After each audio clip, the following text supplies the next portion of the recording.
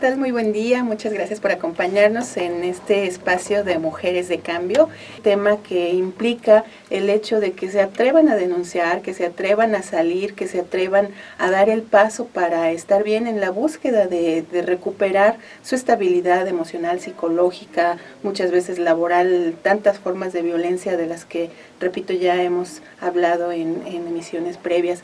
Entonces hoy, licenciada Selene, platíquenos, es para nosotros muy importante el compartir con el público de Cambio cuál es esta situación en la que llegan las mujeres que han sufrido situaciones de violencia en los diferentes ámbitos, en que llegan a buscar o a recibir esa atención, con qué recursos cuentan, lo están haciendo verdaderamente, se están atreviendo a dar ese siguiente paso.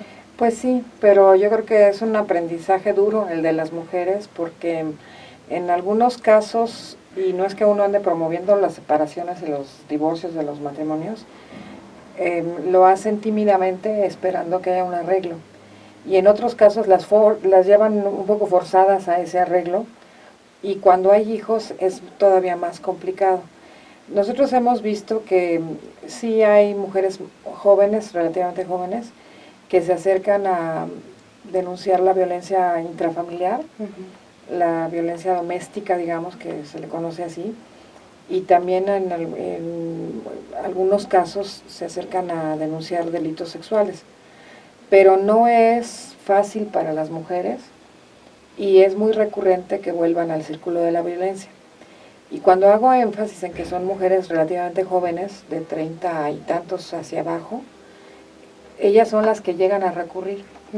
Y nos hemos dado cuenta que es mucho más difícil que una mujer de 50 años, 40 años, que ha tenido 30 años de un matrimonio de violencia intensiva, logre salir de ese círculo. A veces los familiares las animan. Las mujeres casi siempre, cuando la violencia es muy pronunciada, cuando son golpes, lesiones y demás, llegan solas pidiendo ayuda, ya sea con nosotros, con la Secretaría de la Mujer o directamente al Ministerio Público, a la Fiscalía Especial que está en Camelinas, aquí en Morelia, y en las regiones, pues a la Procuraduría, ¿no? Pero cuando se trata de algo ya más consistente, generalmente son animadas, acompañadas por alguien de su familia, porque solas no van. Claro. Y es complicado para ellas. Sí, y perdón, ¿en qué momento, bueno, ustedes como autoridad definen que es una víctima? ¿Y ellas en qué momento dicen, sí, soy víctima? Porque yo creo que sí tardan en darse cuenta, ¿no? De que están sufriendo vejaciones, maltrato, y que son víctimas. Bueno, mira, desde el punto de vista legal, la víctima la define un juez, el Ministerio Público o nosotros como Comisión Ejecutiva al valorar su caso. Hay mucha gente que se asume víctima sin serlo, aunque pueda tener un grado de que sea cierto. En el momento que tú eres el imputado, el señalado en un caso, en una causa, en una carpeta de investigación, tú puedes decir, oiga, yo soy inocente, me están imputando falsamente, pero en ese momento no eres víctima, mientras tú no demuestres lo contrario. Entonces, desde el punto de vista legal son dos autoridades, o tres, las que pueden determinar, ajenas a la comisión, las que pueden determinar la calidad de víctima. El juez, el Ministerio Público o la Comisión de Derechos Humanos cuando se trata de violaciones a derechos humanos por parte de funcionarios públicos. Entonces son estas tres autoridades. Y nosotros cuando hacemos la valoración, cuando llegan con nosotros directamente como primer contacto, primera ventanilla, digamos, nosotros hacemos una valoración, escuchamos a la persona y vemos si es materia nuestra o si es materia de la Defensoría Pública. Si es materia nuestra, la acompañamos a presentar denuncias si no lo ha hecho y se le da el seguimiento y acompañamiento jurídico. Pero lo que hemos estado valorando, de hecho recientemente hicimos un evento que en mi consideración es muy importante sobre resiliencia en Michoacán, con el Colegio de Psicólogos. Nos hemos dado cuenta de que si la gente no tiene la estabilidad emocional suficiente, no está bien cimentada su decisión de denunciar, es muy complicado ir con esta persona a juicio, y más tratándose de delitos, por ejemplo, de orden sexual, como es una violación o un abuso sexual, incluso también de niños.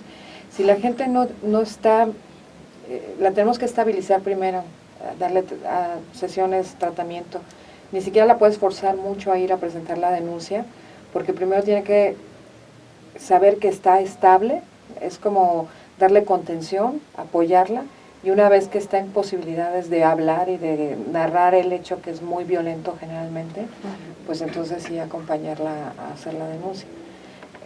Nos ha pasado no en pocas veces que la gente a medio juicio dice ya no quiero. Y en el caso, por ejemplo, de los feminicidios que vienen, casi siempre son a manos de la gente más cercana, de la pareja. Yo te diría que el mayor índice de mujeres muertas es a manos de su pareja de vida, ya sea marido, novio, amante, pareja sentimental en ese momento, ¿no? Y en esos casos hemos encontrado que hay como un 50-50. Mujeres que ya habían hecho alguna denuncia y que no fue atendida a lo mejor con la misma diligencia que se podría atender, o que no fue valorado el grado de agresividad del individuo, y pues en la siguiente murió, ¿no? O en las siguientes varias, porque luego hay varias. O que ellas mismas desistieron, supongo. Así, también, ¿no? Se desisten, regresan, efectivamente. Y regresan a encontrar ya. Pero también es en parte a veces forzado por la autoridad. A veces llegan muy lesionadas y las quieren sentar a mediar con el golpeador, ¿no? Sí, no. Eso es muy común, y estamos tratando de ¿no? crear conciencia de que eso no es así, ¿no? O sea, como con un ojo salido y un brazo roto llegan a ver, concilia. Todavía. No, de por sí te da miedo, ¿no? O sea, claro, sufres el maltrato y te da miedo verlo, volverte a encontrar con él. Así es. Y es muy triste, acabamos de ver un caso muy reciente a nivel nacional de un juez que absuelve a un sujeto argumentando, ¿verdad?, que no fue violación. Qué triste que se sigan dando ese tipo de situaciones. Aquí es un amparo que no lo protege de seguir en juicio, sino de seguir en juicio en libertad, sigue vinculado a proceso. También te voy a decir, hay temas como estos que luego son muy públicos, porque lo de los porquis famosos de Veracruz salió a la luz, y fíjate otra vez, no por la muchacha, por los papás. Y tenemos muchos casos nosotros aquí de abusos sexuales y violaciones, en donde son los padres los que quieren promover, y las muchachas no están en condición de darle seguimiento. Eso también es cierto.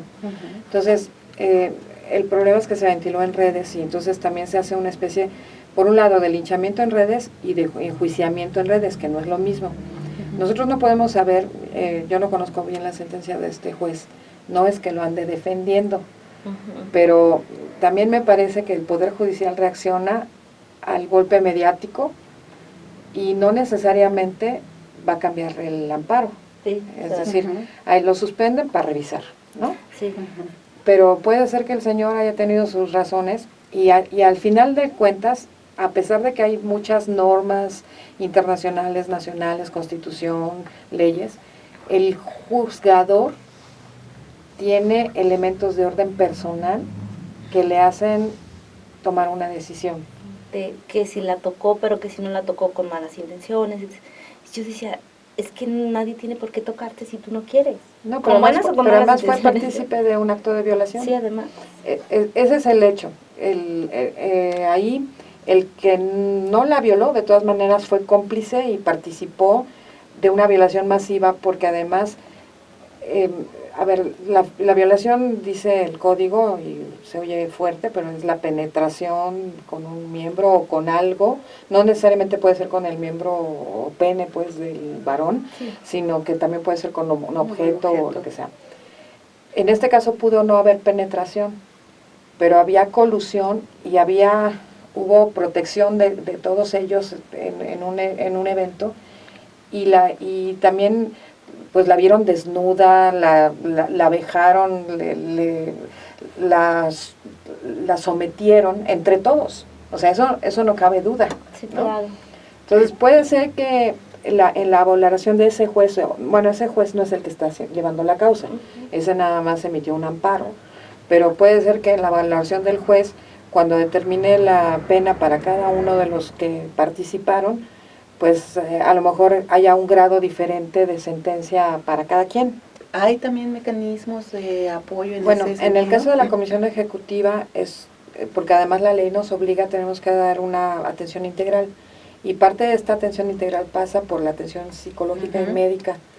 De acuerdo al tipo de delito, te digo, hay veces que la mujer llega a presentar o a decir que requiere ayuda, pero no tiene la condición para irse a un juicio y enfrentar al victimario. Entonces, nosotros damos atención psicológica. Si vemos que requiere algo más especializado, por eso hicimos el convenio con el Colegio de Psicólogos. O a veces nos apoyamos en el interior del Estado con las instancias de la mujer, con el DIF municipal y con algunas instituciones académicas que nos han apoyado a veces para dar la atención específica, porque pues la verdad es que tenemos poco personal. Tengo 6 psicólogas para todo el estado y como 1,200 casos, entonces imagínate que por supuesto no nos da abasto, pero sí estamos atendiendo víctimas nosotros ahí directamente en la comisión. Ya hicimos nuestra área especializada, incluso pusimos consultorios, estamos llevando grupos de recuperación, se ha hecho un trabajo más o menos intensivo en eso. Luego los trabajos para ir a presentar denuncia o ya cuando se animan con este tema, decimos de por sí es difícil, a veces es tortuoso el tema burocrático. ¿Cómo es con ustedes, Elena? ¿Cómo es el acercamiento y el encaminamiento? Nosotros tenemos oficinas en 6 regiones. A partir de este mes de abril vamos a tener ya en 7 regiones. Aquí en Morelia estamos en Mariano Arista 300, en la colonia Chapultepec Oriente, entre Acueducto y García de León, en Mariano Arista 300. Y ahí tenemos atención psicológica y atención inmediata. Y tenemos atención en oficinas en Zitácuaro, en Lázaro Cárdenas, en Uruapan, en Zamora, y ahora vamos a abrir una oficina en La Piedad. Estamos en esas regiones porque esas son las que marca el Poder Judicial y la propia Procuraduría, es donde tienen fiscalías especializadas y tenemos que trabajar pues más o menos a la par de ellos. Aquí el procedimiento, como tú preguntas, es que llega a la gente, en atención inmediata se les hace una pequeña entrevista, la gente narra el hecho. Para que no lo estén narrando 20 veces, nosotros tomamos datos, para que no haya revictimización, como se le llama. Si consideramos que la persona necesita en ese momento una atención con psicólogo para lo que se llama contención en crisis, si está en crisis, si está en una situación en ese momento emocionalmente difícil, pues se le canaliza inmediatamente con la psicóloga, ni siquiera se le pregunta más. Primero necesitamos estabilizar a la persona y ya luego la psicóloga pues desarrolla la entrevista y si viene en condiciones más o menos de incapacidad pues de narrar el hecho con un abogado o de ir a hacer la denuncia, inmediatamente se le manda atención de asesoría jurídica. Muy bien, pues lamentablemente el tiempo se nos termina, ya nada más, licenciada, ¿hay algún número telefónico en donde puedan buscar una primera orientación? Porque a veces es como que el primer paso, el hecho de decir voy a ir y como que le piensan y dicen mejor voy a llamar o qué hago, etcétera, algún número. Mira, yo te diría, en la comisión ya di la dirección, tendría que dar la dirección también en otras áreas del estado. Los teléfonos, Miriam, auxíliame. Bueno, por aquí los tomamos y los 314-1482 314-1482 314-1574 y 314-1574 de la Comisión Ejecutiva de Atención a Víctimas aquí en Morelia. Y tenemos oficinas en el interior del estado. Por ejemplo, en el puerto de Lázaro Cárdenas estamos muy cerca de la Procuraduría y además allí nos pueden vincular también. En el caso de Zitácuaro estamos en La Joya, en la zona donde está el DIF. En Zamora estamos en lo que se le conoce como el mercado, donde hay oficinas públicas. Y en Uruapan estamos enfrente de la glorieta del General Cárdenas, en la avenida Chiapas, en el edificio Las Fuentes. Y próximamente estaremos en La Piedad, en lo que se conoce como el mercado mixto. Muy bien. Así es, sin duda un espacio adecuado, importantísimo para el apoyo a las mujeres que van en busca de esa recuperación. Yo siempre lo he dicho, que en este tema de la violencia contra las mujeres y en ese cambio todavía estamos en pañales, pero también creo que hay instituciones que de verdad están marcando un cambio y que la ciudadanía o las mujeres debemos de recobrar esa confianza para ir a denunciar, porque ya no es que llegue y te maltrate el Ministerio Público, ya hay diferentes instancias capacitadas y preparadas y específicamente para dar este tipo de atención con decoro para las mujeres y con una sensibilidad al problema con el que viene. Cosa que antes no ocurría. Para no minimizarlo, y además también las mujeres deben saber que no son culpables de que les pase eso. Sí, no. Que no vaya con el sentimiento de culpabilidad por denunciar la violencia. Yo creo que todos merecemos vivir en una vida libre de violencia, dice la ley, pero además también, aunque no lo dijera la ley, pues todos queremos ser felices, claro, ¿no? Como seres humanos. Así es, y qué importante, como dices, Lunia, que existen estas instancias especializadas, y qué importante que cada vez más mujeres estén al frente de y participando activamente, haciendo lo que le corresponde para lograr esos cambios. Muchas gracias por su presencia. Estamos a la orden, les agradecemos. Muchas gracias. Gracias, Lunia. Gracias.